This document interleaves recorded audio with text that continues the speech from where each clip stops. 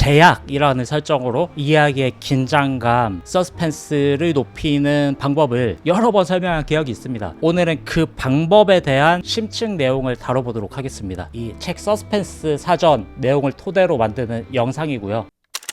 주인공이 목표를 이뤄가는 과정을 구조화한 것, 이거를 우리는 플롯이라고 부르죠. 그 플롯에 기승전결이 있으려면 주인공의 목표가 있어야겠죠. 목표를 이뤄가는 과정인 것이니까. 그 목표는 이루기 힘들지만 불가능하지 않다가 기본 기술이었고요. 그런데 이 구조를 잘 짜두기만 하면 이야기가 알아서 굴러갈까 하면 그건 아니라는 거죠. 흡인력이 있는 구조여야 주인공의 목표에 독자들이 몰입을 한다는 거죠. 그렇다면 여기서 말하는 흡인력, 몰입감, 이거는 어디서 오는 것일까요?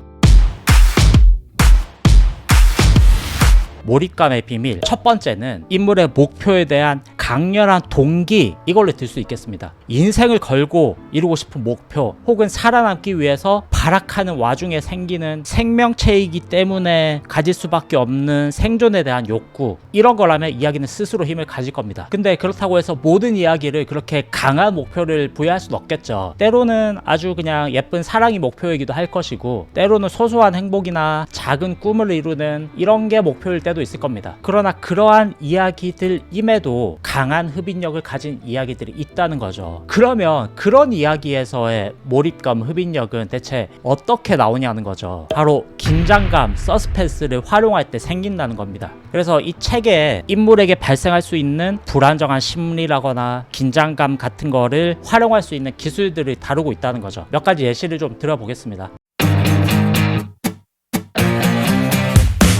첫 번째로 심리적인 탈선을 유발시키라. 고립, 감금, 중독, 트라우마, 세뇌, 이런 거를 활용하는 방법이 있을 수 있겠죠. 이런 상태에 빠진 인물은 이거에서 벗어나기 위해서 자동적으로 목표에 대한 몰입감이 생길 겁니다. 혹은 이런 방법도 있겠죠. 평정심을 무너뜨리는 방법, 신체적으로, 감정적으로, 심리적으로 고통을 주는 겁니다. 사회적으로, 영적으로 만성적인 고통을 줄 수도 있을 테고요. 고통을 던져서 인물을 무너뜨릴 수 있다는 거죠. 무언가를 책임지고 있는 강한 인물이라면 그가 소중히 하는 것에 고통을 줘서 평정심을 무너뜨릴 수 있습니다. 그럴 때 감정이 살아나고 독자들이 작품에 몰입하게 됩니다. 예를 들어서 폭삭소가수다 같은 이야기에서 양관식이라고 하는 무쇠와 같은 인물이 처음으로 무너지는 순간이 언제였습니까? 막내 아들인 동명이가 죽었을 때잖아요. 그 씬이 저 너무 슬퍼서 진짜 많이 울었는데 그런 거라는 거죠. 사실 근데 이 책의 생명력은 본문에 있습니다. 잠깐 소개를 좀 해보자면요. 각종 서스펜스 유형을 설명하는 영역인데, 예를 들어서 라이벌의 플롯을 다룬다고 가정을 해보자면, 내 라이벌이 스포츠물에서의 라이벌이건 사랑에서의 라이벌이건 우리는 늘 언제나 주인공을 누군가와 경쟁을 시키죠. 상대를 바라볼 때 주인공을 어떻게 연기시켜야 할까, 혹은 주인공의 라이벌을 어떻게 연기시켜야 할까, 이 연기에 대한 부분을 얼만큼을 고민해보셨냐라는 거죠. 평면적인 묘사만 떠오른다면 이 책에서 도움을 받을 수 있는 거죠. 예를 들어서 94페이지에서 98페이지 신체적인 징후와 행동을 설명을 해줍니다. 상대의 시선을 맞받아친다거나, 삶에서 진짜 중요한 사람인데 챙기지 않는다거나, 상대에게 방해 공작을 편다거나, 약점이 드러날 만한 상황을 일부러 피한다거나, 이런 것들. 저는 이런 것만 해도 이미 몇 개의 씬과 두어 개의 시퀀스들이 떠오르거든요. 그리고 몸속에서 어떤 일들이 벌어지는 것들도 묘사를 해준다는 거죠. 당연히 심장 박동이 빨라지고 아드레날린이 솟구치겠죠. 상대와 나를 비교하면서 질투를 할 겁니다. 자책을 하기도 할 거고요. 완벽에 집착하면서 힘들어지기도 할 겁니다. 혹은 경쟁심을 숨기기 위해서 허세를 부리거나, 승리에 별 의미 없어, 이런 식으로 의미 없는 척을 한다거나, 자기 능력을 현실적으로 바라보지 못해서 상황이 어려워질 수도 있을 테고요. 여론이 등을 돌린다거나, 여론이라고 한다는 것은 가족, 친구, 사회, 이런 모든 것을 말하죠. 아니면 같은 편에게 배신을 당한다거나, 친구가 내 연애를 도와주기로 했는데 갑자기 지도 좋대. 아니면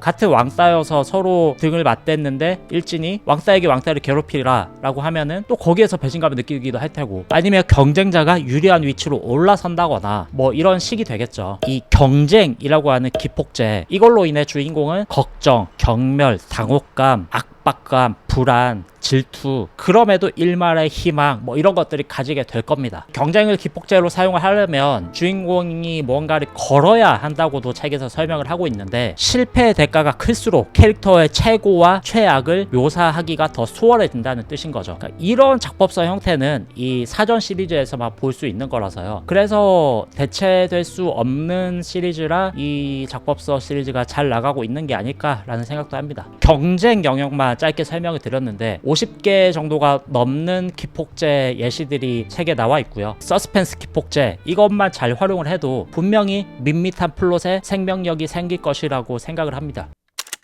누구에게나 스트레스를 견딜 수 있는 임계점이라고 하는 게 있습니다. 현실에 있을 법한 캐릭터여야 생명력이 생긴다는 이야기인데, 어떻게 캐릭터를 초조하게 만들고 긴장하게 만들까, 어떻게 얘를 분노하게 만들고 좌절시킬까, 어떻게 얘를 두려움에 떨게 하고 불안에 휩싸이게 할까, 무슨 장르가 됐건 그것에 대한 비밀을 알고 싶다면 서스펜스 사전 이거를 참고해 보시길 바라고요. 늘 즐거운 창작 되시길 바라겠습니다. 감사합니다.